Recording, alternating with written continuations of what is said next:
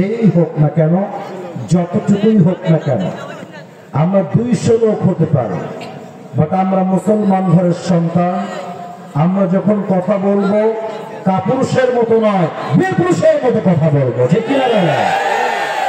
আর এটা ক্যামেরায় রেকর্ড হচ্ছে, আগামীতে এটা ফেসবুকে আপলোড যাবে, ইউটিউবে আপলোড যাবে, কালকে এটা সবার কাছে পৌঁছে যাবে।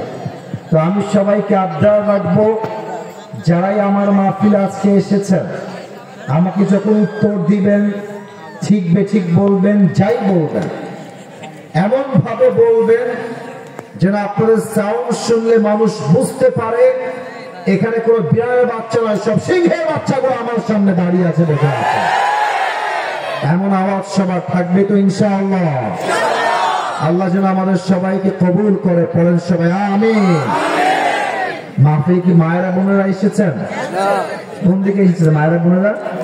পূর্ব দিকে। আচ্ছা, আল্লাহ কলিজার টুকরা মা বোনদেরকে আম্মা জান খাদিজা রাদিয়াল্লাহু তাআলা আনহার চরিত্রে চরিত্রবান হওয়ার তৌফিক দান করুন, পড়েন সবাই আমিন।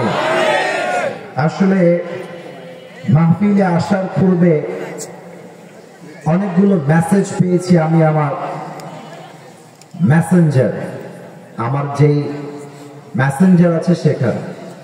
তো আমি মেসেজগুলো পড়ে বড্ড মর্মাহত হলাম, বড্ড শোকাহত হলাম।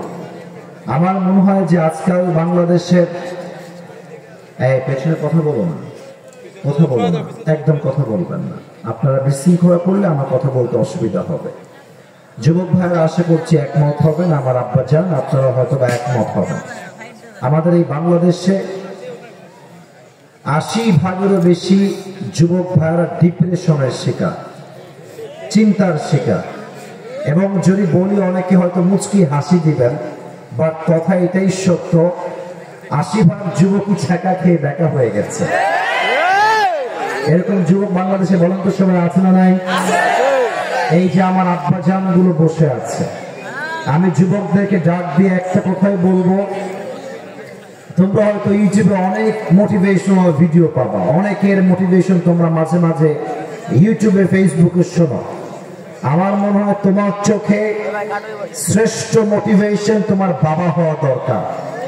কারণ তোমার বাবার যে হাড় ভাঙ্গা কষ্ট, তোমার মায়ের যে হাড় ভাঙ্গা পরিশ্রম, তোমাকে এই চিন্তা করতে হবে মাথায় যে আমি আমার বাবার মুখ একদিন উজ্জ্বল করেই ছাড়বো, সবাই ইনশাআল্লাহ।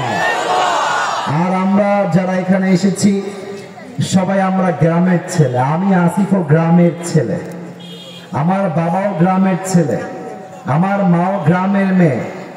গ্রামের মানুষের সবচেয়ে বড় মহৎ গুণ হচ্ছে সততা, সততা। শহরের মানুষ চালাক বেশি হয়, মানুষকে ঠকায় বেশি, আর গ্রামের মানুষ আমরা সহজ সরল বেশি। হয়তো টাকা পয়সা কম থাকতে পারে, বাট আমাদের মনটা অনেক সরল যুবক ভাড়া, ঠিক কিনা বলো?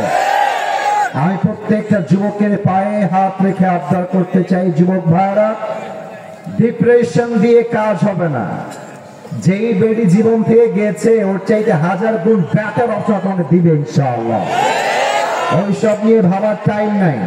এখন চিন্তা হবে একটা, আমার পুরো জীবনটা যাবে আল্লাহর রাস্তায়, আমার পুরো জীবনটা যাবে নবীর রাস্তায়। যতদিন বেঁচে আছি আমি হারাম কাজে কখনোই যাব না, বলেন সবাই ইনশাআল্লাহ। নাম্বার 1 কথা যুবকদের জন্য। নাম্বার 2, আমার কলিজার টুকরা মুরব্বী আব্বা জান যারা এসেছেন, আমি আপনাদের পায়ে হাত রেখে বিনয়ের সঙ্গে বলবো, আব্বা জান, আমি অনেক মুরব্বীকে দেখেছি চায়ের দোকানে বসে পায়ের উপরে পা তুলে বিড়ি টানে, নাই মনে হয়, তাই না? আচ্ছা আচ্ছা, হয়তো ফরিদপুরে নাই, অন্য জেলাতে আছে। পায়ের উপরে পা তুলে যখন মুরব্বীরা চায়ের দোকানে বিড়ি টানে, মুরব্বীর বিড়ি টানা দেখে যুবকদের ইমান চরিত্র দুইটাই নষ্ট হয়ে যায়। আব্বা জান আপনার পায়ে হাত রেখে বলছি, আব্বা আপনি আমার আব্বা, আপনি আমার দাদার মতো, আপনি আমার নানার মতো। আমি আপনার শত্রু নই, আমি আপনার আপন মানুষ। এই বাজে অভ্যেসগুলো ছেড়ে দেন। অনেক মুরব্বীকে আমি আমার গ্রামে দেখেছি অকথ্য ভাষায় গালিগালাজ করে। ইভেন ছেলে পেলেকে রাস্তায় পেলে খুব বাজেভাবে ব্যবহার করে। আব্বাজান, সবাই যে আপনার এরকম তা কিন্তু আমি বলছি না। আমি বলবো এইটাই, আপনি একদিন মারা যাবেন, আপনার কবর কিন্তু এলাকার কবরস্থানে হবে। আপনার ব্যবহার হবে এত সুন্দর যে আপনার মৃত্যুর পরে এই ফরিদপুরের প্রত্যেকটা যুবক চোখের পানি ছেড়ে কান্না করবে এবং আপনার কবরের কাছে মন খুলে দোয়া করবে। যুবক ভাইরা, কথা ঠিক আছে কিনা বলো আমাকে? আল্লাহ আমার মুরব্বী আব্বাজানদেরকে বোঝার তৌফিক দান করুক, আমিন। 3 নম্বর কথা আমি আমার কলিজার টুকরা বন্ধুদের জন্য বলবো, এটা শেষ হয়ে গেলে আমি মূল আলোচ্য বিষয়ে ফিরে যাওয়ার চেষ্টা করব। দেখেন, হয়তো আগামীতে এইদিকে আমার আসা হবে না, নেক্সট বছর প্রোগ্রামের শিডিউলটা ভিন্ন, তারপরের বছরও হয়তো বা আসা হবে না। কবে দেখা হবে এটা আমি জানি না। শেষ একটা কথা বলেই মূল আলোচ্য বিষয়ে ফিরে যাব। আমার বোনদেরকে বলবো, মায়েরা বোনেরা একটু কানটা খাড়া করবেন। অনেক মেয়েরা স্বামীর সঙ্গে ধোঁকাবাজি করে, বেঈমানি করে, স্বামীর ঘরে এসে পরকিয়া করে বেড়ায়। তোমরা এত আস্তে ঠিক বলো কেন? জোরে বলো, কথা আমার ঠিক আছে কিনা বলো। স্বামী থাকে বিদেশে, সারাটা মাস মাথার ঘাম পায়ে ফেলে দেশে টাকা পাঠায়, আর বউটা এত বেঈমান, ওই টাকা দিয়ে এমবি ভরে পরপুরুষকে আই লাভ ইউ বলে বেড়ায়। এরকম মেয়ে বাংলাদেশে বলেন তো সবাই আছে না নাই? আমি আমার বোনদেরকে উদ্দেশ্য করে একটা কথা বলতে চাই, বিয়ের পরে আপনার বাপ